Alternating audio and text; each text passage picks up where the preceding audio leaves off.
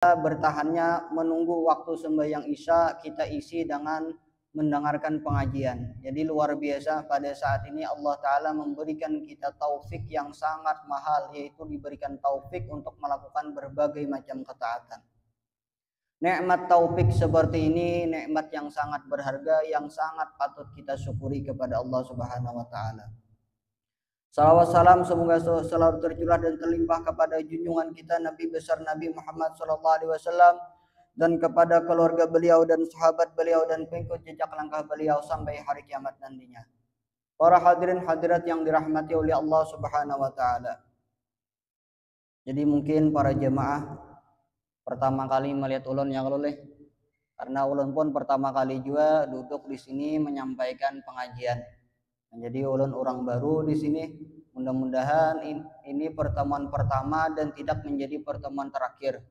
Mudah-mudahan pertemuan kita lenggang sampai ke surga nantinya. Amin ya rabbal alamin. Nah, jadi ulun diminta oleh panitia membacakan tentang fikih muamalah. Fikih muamalah. Nah, lalu ulun cari-cari kitabnya, ulun pikir-pikir, lalu ulun pilihlah kitab yang namanya Taqriratus Sadidah. Taqriratus Sadidah ini yang dikarang oleh Habib Hasan bin Ahmad bin Muhammad Al-Kaf, dan pengarangnya saat ini masih hidup, dan ini membahas khusus masalah fikih muamalah. Nah, cuman untuk pertemuan kita malam hari ini ulun kada membaca kitab ini dulu. Ulun akan memperkenalkan dulu apa itu fikih muamalah. Nah, jadi sebelum kita mengkajinya, kita perlu tahu dahulu kenapa garang fikih muamalah tuh ya kalau. Nah, jadi pada malam hari ini pertemuan kita yang pertama ini ulun tidak akan membacakan kitabnya dulu, cuman akan menjelaskan pertama menjelaskan tentang apa itu fikih muamalah, yang kedua karena fikih muamalah ini berkaitan tentang bekerja, jadi ulun akan menjelaskan apa keutamaan bekerja. Jadi bekerja, begawi, bahasa kampung bekerja atau begawi ini memiliki beberapa keutamaan, baik yang dijelaskan di dalam ayat Al-Quran ataupun di dalam hadis Nabi Muhammad SAW.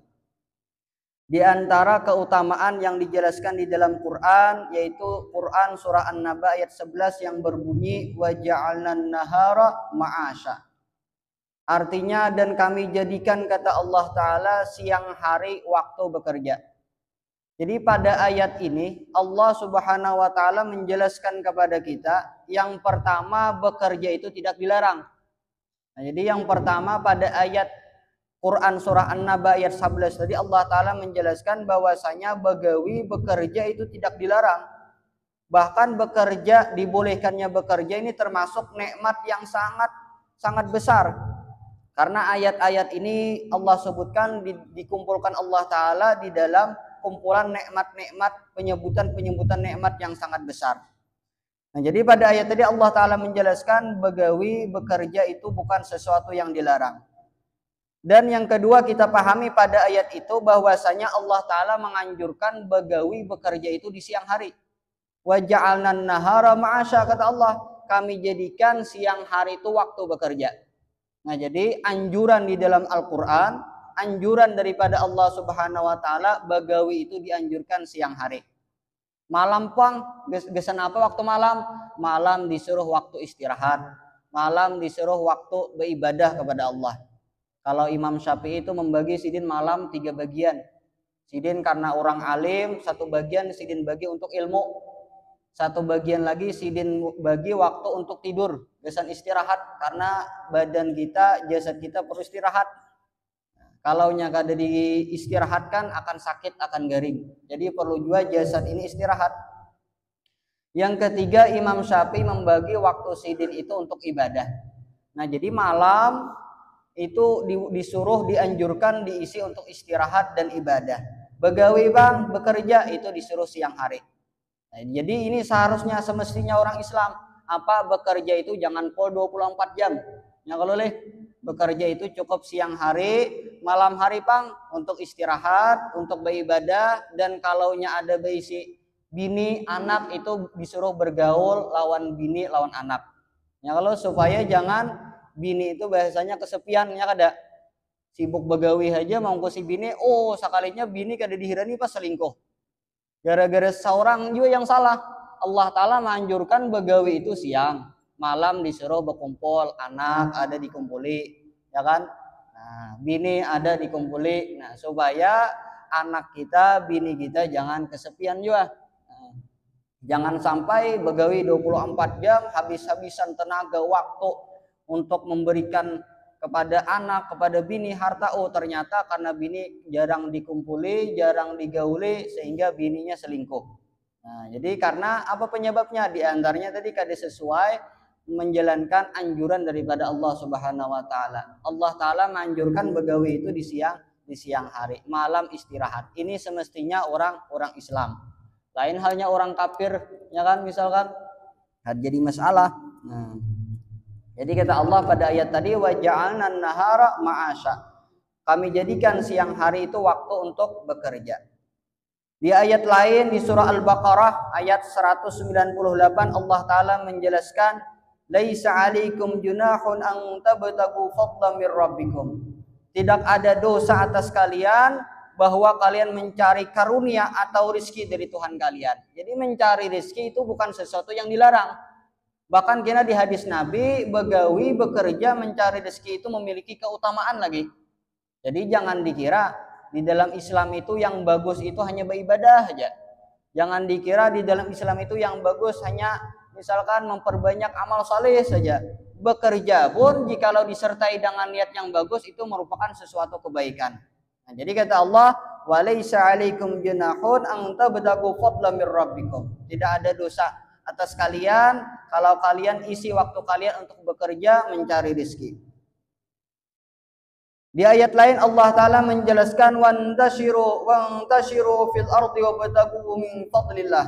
Surah Al-Jumu'ah. Kata Allah Ta'ala, bertebaranlah kalian di muka bumi dan carilah dari karunia Allah Ta'ala. Ayat ini secara zahir Allah Ta'ala menyuruh kita bekerja. Wabtagu min fadlillah. Carilah karunia Allah, cari rezeki. Nah, jadi disuruh mencari rezeki, apalagi kalau kita beisi anak, beisi bini. Jadi jangan hanya bisa sembahyang hanya gawian, mengaji aja misalkan. Nah, mengatik tasbih aja, anak bini kelaparan. Seorang duit kadeda, begawi kada hendak. Bukan, itu bukan sesuatu yang dianjurkan, bukan sesuatu yang baik. Tapi yang baik itu bahkan Allah Ta'ala secara zahir pada ayat ini menyuruh bekerja. Wabtagu min fadlillah. Ya Tuhan, bertebaranlah di muka bumi lalu cari karunia, cari rezeki daripada Allah Subhanahu wa taala. Dan pada ayat itu juga memberikan isyarat, wabtagu min fadlillah, carilah daripada karunia Allah, berarti mengisyarat rezeki itu hakikatnya datang daripada Allah. Ya kan? Ini harus kita yakini dalam etikat kita, dalam hati kita. Adapun pekerjaan yang kita lakukan lalu menghasilkan duit itu hanya sebab saja. Nah, itu hanya sebab. Yang memberi rezeki siapa? Allah.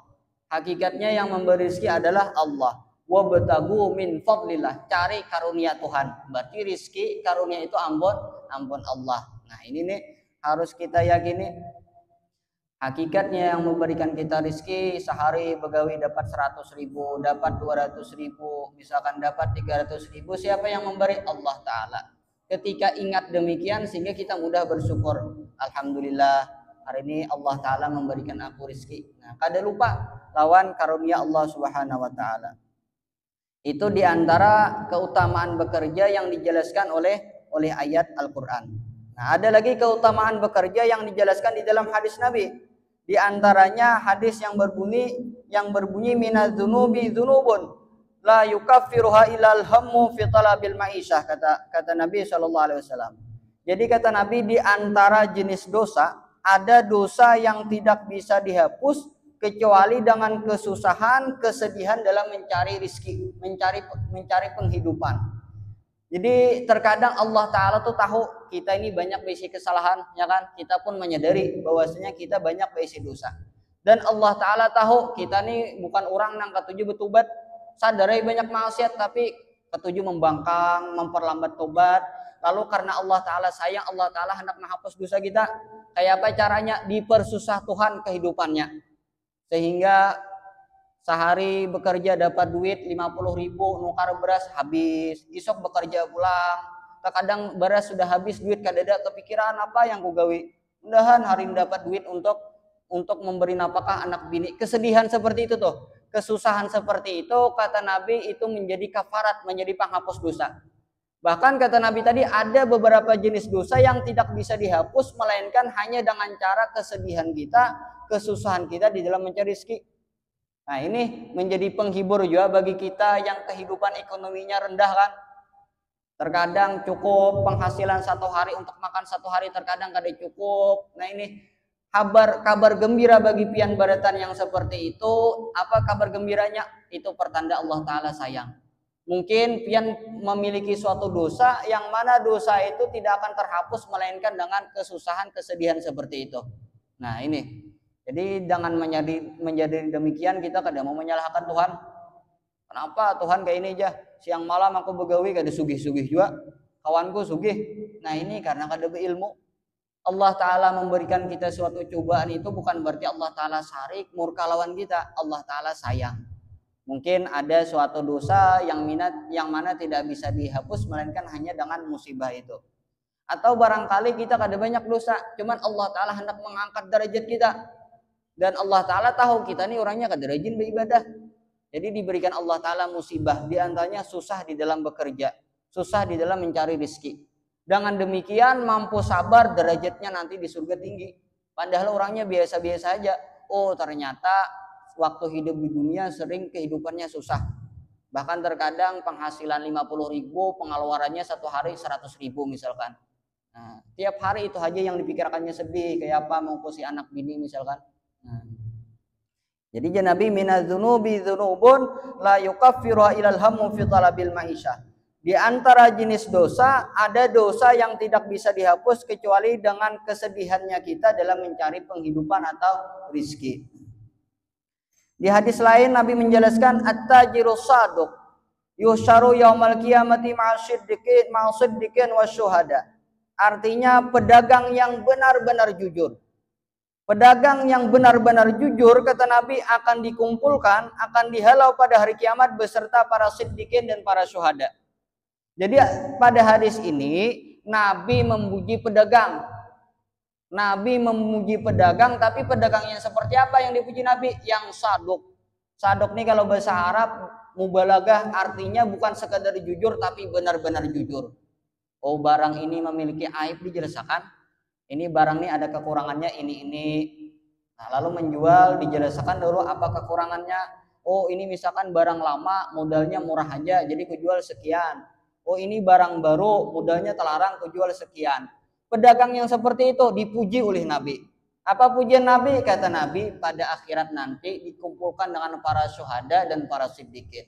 Jadi merupakan orang-orang khusus, orang-orang mulia. Apa gawiannya? Bukan beribadah, ya kan? Gawiannya bukan memperbanyak sembahyang, memperbanyak baca Quran, memperbanyak tasbih, tapi gawiannya, pekerjaannya adalah sebagai pedagang dan jujur. Nah, nyaman aja disambat ya kalau pedagang lalu jujur, cuman jujur nih lapah benar. Mun jujur terus kada musugih aja, ya kan? Karena meyakini rizki itu daripada berdagang. Orang yakini rizki itu daripada Allah, ya kan? Aku nih jujur terserah Tuhan aja memberi aku rizki. Nah, karena rizki bukan dari hasil berjualan, itu sebab aja rizki daripada Allah. Nah, ini penting kita ketahui. Jadi Islam tidak melarang kita bekerja, Islam tidak melarang kita untuk berjual beli, Islam tidak melarang kita berbisnis, cuman Islam mengatur kita agar berbisnis itu dengan cara baik. Supaya kita bukan hanya sukses di dunia, tapi di akhirat menjadi sukses juga. Nah, ini. Jadi yang mana sudah sibuk bekerja, sibuk berbisnis, sibuk berjualan segala macam, itu kada perlu ampih teruskan, cuman tinggal diperbaiki niatnya. Kalau memang belum baik, kalau sudah baik alhamdulillah, ya kan? Kalau niatnya sudah baik alhamdulillah. Di hadis lain Nabi menjelaskan man talabad dunya halalan wa ta'affufan wa sa'yan ala iyalihi wa ta'attufan ala jarihi laqiyallaha wa wajhu kal qamari lailatal badri. Artinya kata Nabi barang siapa mencari dunia yang halal. Nah ini syaratnya lah, orang yang bekerja mencari rezeki yang terpuji itu yang pertama yang dicari yang halal. Yang kedua tujuannya mencari rezeki yang halal untuk menjaga diri daripada meminta-minta. Aku bekerja supaya jangan meminta-minta. Karena meminta-minta itu kalau kita mampu hukumnya haram, dilarang dalam agama. Jadi aku bekerja walaupun bekerja apa adanya, serabutan, yang penting aku dapat rezeki yang halal. Orang yang bekerja seperti itu kata Nabi mencari dunia yang halal, tujuannya menjaga diri daripada meminta-minta, dan niat berikutnya sa'yan ala iyalihi, untuk mengungkusi, untuk menafkahi keluarganya. Aku ada besi anak, ada besi bini, terpaksa bekerja untuk menafkahi anak dan bini. Karena nafkah itu bagi seorang suami kan wajib. Nah, jadi niatnya bekerja ini pada hadis ini menjelaskan niat bekerja. Yang pertama, aku bekerja mencari harta yang halal. Yang kedua, aku bekerja supaya jangan meminta-minta. Yang ketiga, aku bekerja hendak menafkahi anak bini. Yang keempat, niatnya apa? Bekerja amun ada lebih daripada keperluan seorang, hendak memberikan kepada fakir miskin atau tetangga dan sekitarnya. Itu niatnya. Nah, maka kata Nabi, dia nanti akan berjumpa menemui Allah pada hari kiamat, dan wajahnya seperti Lailatul Badar, seperti bulan pada malam 14. Orangnya bercahaya, berarti memiliki keistimewaan orang ini. Kadang mudah. Apa pekerjaannya? Bukan banyak ibadah. Apa pekerjaannya? Bukan banyak mengaji, baca Quran. Tapi pekerjaannya apa? Mencari rezeki. Tapi yang dicarinya nang halal. Habis itu apa? Tujuannya, niatnya mencari rezeki supaya jangan meminta-minta hidup. Lalu niatnya lagi mencari rezeki untuk menafkahi anak dan bininya. Dan niatnya lagi mencari rezeki nantinya kalaunya ada lebih daripada keperluan sendiri untuk dibagikan kepada orang yang kurang mampu. Niatnya seperti itu. Maka kata Nabi, orang itu nanti berjumpa dengan Allah, wajahnya seperti bulan purnama, bungas bercahaya luar biasa. Pekerjaannya hanya mencari rezeki yang halal. Nah, ini luar biasa. Jadi Jarun tadi kembali, jangan dikira kebaikan itu hanya sembahyang saja, ngatik tasbih saja. Bahkan bekerja pun itu merupakan suatu kebaikan juga dalam agama kita. Cuman bekerja dengan baik kesimpulannya. Di hadis lain Nabi mengatakan, innallaha yuhibbul mu'mina al-muhtarif. Sesungguhnya Allah mencintai seorang mukmin yang bekerja. Jadi Allah Ta'ala mencintai seorang mukmin yang memiliki pekerjaan. Jadi orang-orang nganggur itu kada dicintai Tuhan, kecuali memiliki amal yang lain. Bahkan yang dicintai Tuhan itu yang memiliki pekerjaan, itu dicintai Tuhan. Nah, di hadis lain Nabi mengatakan, alaikum bittijara fa inna fiha tis'ata asyara rizki. Kata Nabi, lazimilah oleh kalian dengan berjual beli. Kenapa? Karena pada jual beli di situ ada 9/10 rizki. Nah, ini resep tips daripada Nabi. Hendak tercapat sugih napa gawian? Ya Nabi jual beli. Karena rizki yang ada di dunia ini 9/10-nya letaknya dijual beli. 1/10 di lain. Mungkin di orang yang bertukangan bangunan misalkan atau apa, tapi 9/10-nya letaknya dijual beli kata Nabi. Nah, jadi kata Nabi, lazimilah oleh kalian berjual beli, karena pada jual beli di situ ada 9/10 rizki letaknya di situ. Nah, ini resep hendak sikap sugih, apa usahanya jual beli. Jadi kada usah mencari tuyul hendak sikap sugih ya Allah. Kada usah mencari babi hendak mengimpit misalkan. Tapi kenapa disuruh Nabi jual beli? Nabi bikin jual beli kan dulu. Nah, bahkan banyak orang-orang sugih itu apa usahanya jual beli. Malah apalagi jual beli emas ya kalau makinnya. Ada yang jual beli kendaraan misalkan, jual beli pakaian, jual beli sembako, jual beli sayur, itu yang banyak yang sugih-sugih, ya kan? Karena itu memang sudah Nabi mengisyaratkan 9/10 rizki itu letaknya dijual beli kata Nabi. Apalagi zaman sekarang ini, zaman canggih, zaman online, ditilam aja berapa, kawa jual beli sudah ya kan. Serba online, barangnya nukar online juga, seorang menjual online pulang, jadi kada lapah kada. Nah, dunia akhir zaman ini dipermudah oleh Allah Subhanahu Wa Taala. Nah, itu tadi dari apa kelebihan keutamaan bekerja mencari nafkah yang dijelaskan di dalam hadis Nabi dan di dalam Quran. Nah, cuman kata Imam Ghazali di dalam kitab Ihya, keutamaan yang banyak tadi deh yang dijelaskan di dalam Al-Quran dan hadis Nabi, keutamaan bekerja yang seperti itu hanya akan diperoleh bagi orang yang bekerja yang terpenuhi 2 syarat. Nah, jadi 2 syarat hendak memiliki keutamaan yang disebutkan di dalam hadis dan dalam Quran tadi. Keutamaan yang disebutkan di dalam hadis dan Quran tadi akan diperoleh bagi orang yang bekerja yang memenuhi 2 syarat. Nah, ini perlu diingat. Syarat yang pertama apa? Niatnya, tujuannya bekerja itu yang pertama menafkahi anak dan bini atau keluarga. Ini yang pertama niatnya. Jadi ini bagus bila hendak turun pagi-pagi bekerja, niatnya apa? Hendak menafkahi anak dan bini. Cuman niat ini hanya bisa dilakukan bagi orang yang memang ekonominya rendah. Penghasilannya misalkan 100.000 sehari, pengeluarannya 100.000. Jadi hasil begawi hari ini habis, esok hari begawi pulang. Apa niatnya? Mencari nafkah kepada anak dan bini. Atau yang kedua, amunnya sudah banyak bisi harta masih aja begawi, niatnya apa? Ingin menyimpan harta, memperbanyak harta, cuman tujuannya ingin mempergunakan di dalam kebaikan. Nah ini, bisi harta banyak aja sudah, tabungan 1 miliar sudah di bank misalkan, masih aja bekerja. Baguslah, bagus saja dengan syarat niatnya harta yang banyak tadi ingin digunakan kepada jalan kebaikan. Bersedekah kah, berwakaf kah, misalkan bersedekah kepada fakir miskin kah. Ya, ini niatnya. Yang penting tuh niatnya. Adapun orang yang bekerja, duit sudah di rumah sudah banyak, di bank sudah banyak, misalkan masih aja bekerja, apa tujuannya? Hendak berbuat baik kalau harta kada memperbanyak harta warai, ini tercela. Nah ini tercela, ini merupakan tanda orang itu cinta dunia, penyakit hati. Nah ini penyakit hati. Nah jadi yang perlu diperhatikan, buhan pian, Islam kada melarang pian bekerja meskipun sudah sugih. Cuman apa? Islam hanya mengatur supaya pian bekerja itu di akhirat dapat keuntungan juga. Kalau yang memang ekonominya rendah, bekerja sehari dapat 50.000, pengeluaran 50.000, niatnya apa? Diantaranya menafkahi anak dan bini. Kalau memang sudah sugih, sudah kaya, apa niatnya lagi bekerja? Oh, aku ingin menggunakan kekayaanku ini di jalan kebaikan, ingin bersedekah, itu mulia tuh. Nah, orang yang bekerja seperti itu mulia. Adapun bekerja tujuannya hanya mengumpulkan harta, kada ada niat untuk melakukan kebaikan dengan harta, itu tercela. Itu merupakan penyakit hati yang disebut cinta dunia. Sedangkan cinta dunia itu kata Nabi, hubbud dunya ra'su kulli khati'ah. Cinta dunia ini merupakan awal mula, kepalanya daripada segala kejahatan. Orang mau berbunuhan gara-gara cinta dunia. Orang mau menipu gara-gara cinta dunia. Orang mau sembahyang kada khusyuk gara-gara cinta dunia, ya kan? Takanan nukar sandal yang harga 1 juta tadi teh, Mbah Bodo kada inget mandak, maka sudah sembahyang Allahu Akbar, kayak pakai sandalku nih jah. Kesayangan lawan dunia kan?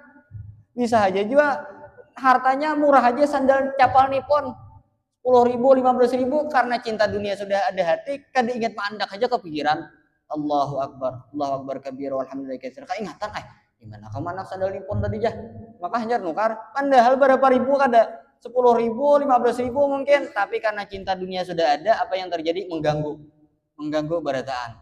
Ubudunnya ra'su kulli khati'ah kata Nabi. Nah, jadi yang pertama, orang yang bekerja memiliki keutamaan tadi, satu, niatnya benar, kesimpulannya. Yang kedua, akad yang dilaksanakannya itu terhimpun 4 macam. Jadi kalau pekerjaannya jual beli kah, sewa menyewakan barang kah misalkan, apakah pekerjaannya harus sesuai dengan syariat akadnya? Napa-napa? Pertama, jual belinya harus sah. Yang kedua, harus adil. Yang ketiga, harus ada ihsan, berbuat baik. Yang keempat, sayang terhadap agama. Nah ini nih, akad yang dilaksanakan di dalam mencari rezeki itu harus terhimpun 4 sifat. Yang pertama, pekerjaannya sah menurut syariat. Yang kedua, adil, kalau ada aib dijelaskan, jangan disembunyi-sembunyikan. Yang ketiga, ihsan. Ihsan itu apa? Di antara bentuk ihsan itu diantaranya adalah berjual itu seorang mengambil hujung pada banyak. Kalau dulu Abu Hanifah sidin berjualan, sidin ngambil hujung 5% aja. Jadi kalau modal 100.000, sidin menjual 105.000 aja Abu Hanifah. Bahkan pernah ada cerita suatu saat Abu Hanifah sidin pergi, sidin Abu Hanifah ini kan ulama mazhab mujtahid juga, cuman sidin termasuk memiliki pekerjaan. Jadi kada tercela ulama itu bisi pekerjaan. Nah, Abu Hanifah memiliki pekerjaan. Lalu sidin meninggalkan, lalu toko tadi yang menjaga budak sidin. Yang dijual itu diantaranya kain, baju. Jadi ada baju yang baik dijual itu 1.000 dirham. Yang murah dijual 500 dirham. Nah, lalu sidin pergi sembahyang berjemaah. budak ada sembahyang berjamaah karena budak ada dituntut sembahyang berjamaah karena budak bang berjumahat kan kada wajib budak toh. Nah jadi budak apa jaga toko. Sudah hai, ternyata waktu Imam Abu Hanifah tadi sembahyang ada orang belanja di toko sidin yang dilayani oleh budak sidin. Sudah belanja mulik orang tadi, pas pembeli tadi pulang tiba-tiba berjumpa dengan Abu Hanifah di jalan. Presiden datang di mana ikam? Ulun datang belanja ini. Berapa tadi harganya? 1000 dirham. Kebetulan yang dibeli itu yang murah, yang seharusnya dijual 500 dirham, dijual oleh si budak 1000. Nah, Abu Hanifah, ikam umpat aku dulu. Kita belikan ke toko tadi. Nah, belikan ke toko, sampai ke toko Abu Hanifah berapa ikam menjual tadi? 1000 dirham. Nah, Abu Hanifah ini salah, yang benar 500 dirham aja. Lalu Abu Hanifah kepada pembeli, ikam pilih berhuruf yang baju yang 500 dirham tadi dihurufkan lawan 1000 kah atau aku berikan kah duit 500 dirhamnya. Si pembeli tadi kada bapak ulun sudah rida karena di kampung ulun ini larang lagi harganya. Jadi ini ulun tukari dengan 1000 dirham ini masih murah dibandingkan di kampung ulun. Jadi ulun rida kada Abu Hanifah. Ikam pilih salah satu daripada dua, aku berikan duit ikam kah atau ikam ambil sebuting lagi pakaiannya. Nah ini ihsan ngarannya. Artinya kita kada senang kalau kita nih sebagaimana kita senang diperlakukan orang, kita memperlakukan seperti itu juga. Sebagaimana kita kada senang dilarangi orang, jangan kita melarang orang. Ini ngarannya ihsan. Meskipun kita modal 100.000 dijual 10 juta tuh kada dilarang. Asal sama-sama ridha aja. Cuman kada ada ihsannya.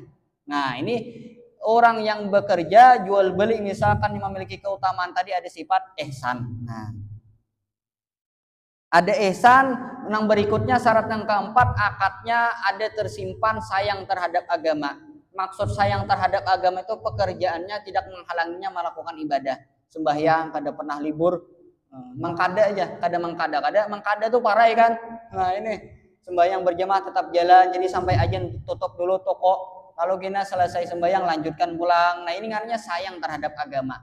Pekerjaannya tidak menghalanginya melakukan ibadah. Nah ini orang yang bekerja terpenuhi dua syarat tadi. Pertama niatnya benar, yang kedua akadnya sah, adil, ihsan dan sayang terhadap agama. Itulah orang yang bekerja yang mendapatkan keutamaan yang disebutkan di dalam hadis dan ayat Quran tadi. Ilmu yang menjelaskan tentang itu disebut ngarannya ilmu muamalah. Nah kayak apa jual beli supaya sah, supaya adil, supaya jual beli itu ada ihsannya, itu ngarannya disebut fikih muamalah. Nah jadi itu yang akan kita kaji bersama insya Allah setiap setengah bulannya. Nah, jadi ini penting untuk dikaji lah, penting untuk dikaji. Bahkan saat ini kata para ulama ilmu muamalah, fikih muamalah ini sudah diabaikan orang, sehingga orang kada peduli lagi jual beli ini sudah sesuai syariat kada. Yang dipikirkan orang bagaimana caranya supaya aku cepat sugih, banyak untung banyak, ini yang dipikirkan orang. Kada mikirkan lagi jual beli ini sudah paskah kadakah, sudah sesuaikah dengan agama kadakah. Nah jadi ini yang akan kita pelajari bersama di dalam kitab ini nantinya. Nah itu disebut ngarannya fikih muamalah, yang mengatur segala transaksi kita sesuai kada lawan syariat, itu disebut fikih muamalah. Jadi fikih itu ada 4 bagian. Ada ngarannya fikih ibadah. Ini fikih ibadah ini mulai sembahyang sampai haji. Nah ini yang banyak dipelajari orang kan di mana-mana. Ini memang penting ya kan, sembahyang tiap hari. Yang kedua ngarannya fikih muamalah. Fikih muamalah ini kada kalah pentingnya juga. Karena setiap hari kita kada lepas daripada muamalah. Di antaranya jual beli. Memang setiap kita bukan penjual, tapi setiap kita pasti pembeli ya kada. Adalah yang kada pembeli di sini. Kada mau ya kan, pasti pembeli. Nah ini diatur oleh syariat bagaimana jual beli yang benar. Nah ini jadi wajib dipelajari. Dulu zaman Sayyidina Umar jadi khalifah, jadi presiden bahasa kita. Sayyidina Umar ini ketujuh patroli di pasar, patroli berkeliling di pasar sambil membawa tongkat. Nah apa mencatoki orang. Ya Sayyidin jangan berjualan di pasar kami, kada alim fikih muamalah lagi. Jadi sarigi Sayyidin. Menu ya ini diterapakan kira-kira kosong saku pasar ya oleh. Bisa jiwa presidennya sarigi orang, pukuli orang. Ya Sayyidin bilanya kada alim fikih muamalah jangan berjualan di pasar kami. Nah ini Sayyidina Umar dulu waktu jadi khalifah.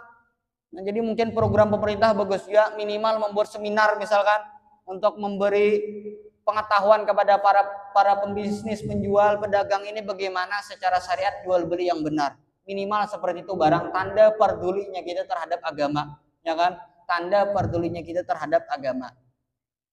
Jadi kata Imam Haddad, orang-orang baik itu tidak dikhawatirkannya melakukan maksiat seperti mencuri, main judi, misalkan berzina. Kalau orangnya sudah baik, tapi orang baik itu akan bisa terjerumus di dalam kemaksiatan, yaitu waktu melakukan muamalah jual beli yang tidak sesuai syariat. Nah ini menunjukkan mempelajari fikih muamalah ini tidak kalah penting daripada mempelajari tentang bab-bab sembahyang, sama-sama penting. Nah jadi ini penting. Jadi ini dulu mukaddimah kita untuk tentang fikih muamalah, dan insya Allah kita kaji semuanya dari jual beli, sewa menyewa, pinjam meminjam, ya kan. Ini namanya muamalah. Insya Allah setiap malam Selasa setengah bulannya kita kaji bersama-sama, dan ini penting ilmu ini. Dan ilmu ini tadi jalur sudah banyak diabaikan orang. Raka sudah isa 4 menit. Jadi jabat India diberi kesempatan jemaah betakon. Nah jadi belum persilahkan, kalau memang ada yang ingin ditanyakan sebelum masuk sembahyang isya silahkan. Cuman ulun kada berjanji menjawab, seandainya kada dapat ya kan. Jadi kalau dapat ulun jawabakan, kalau kada dapat ulun minta timpo setengah bulannya akan datang insya Allah. Nah ini silahkan kalau ya ada yang ingin ditanyakan.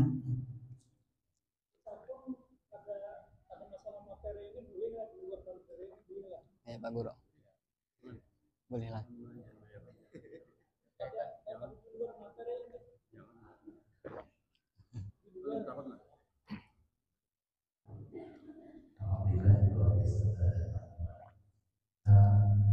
Yang berkaitan dengan keseharian kita orang, mungkin bisa jadi kita makan pas minum di warung akhirnya dulu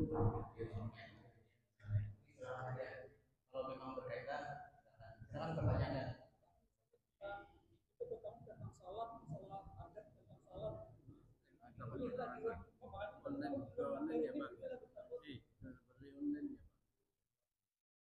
yang kita teknik bulan ini masalah jual beli online bagaimana kita silakan Jadi kita memang belum masuk membahas jual belinya kan. Nah jadi insya Allah kita jelaskan seperti apa ketentuan syariat di dalam masalah jual beli online. Cuman ulun bocorkan dulu sedikit bahwasanya kalau kita menerapkan pendapat mazhab Syafi'i masalah jual beli online saat ini kada sah.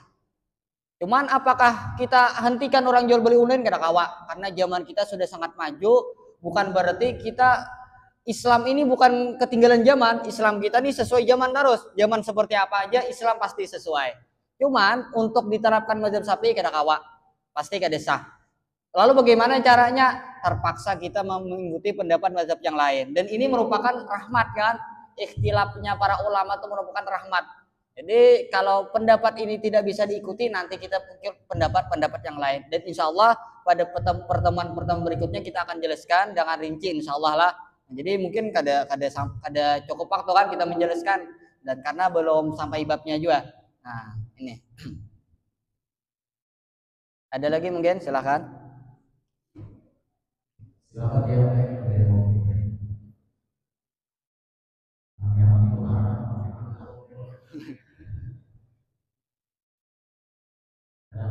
waktu kurang lebih 1 menit lagi.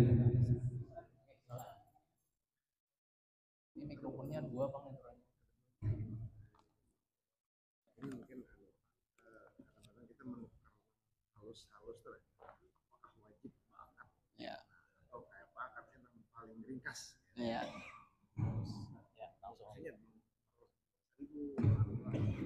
Jadi pertanyaan tadi, kalau kita menukar membeli sesuatu yang murah-murah wajibkah bakat? Itu pertanyaannya tadi. Dan ini sama, ini sebenarnya kita belum masuk membahas jual beli, cuman karena dipertanyakan ulun jawab. Jadi memang di antara syarat jual beli itu ada yang namanya akad. Bagaimana syarat-syarat akad? Itu ada lagi syaratnya kan?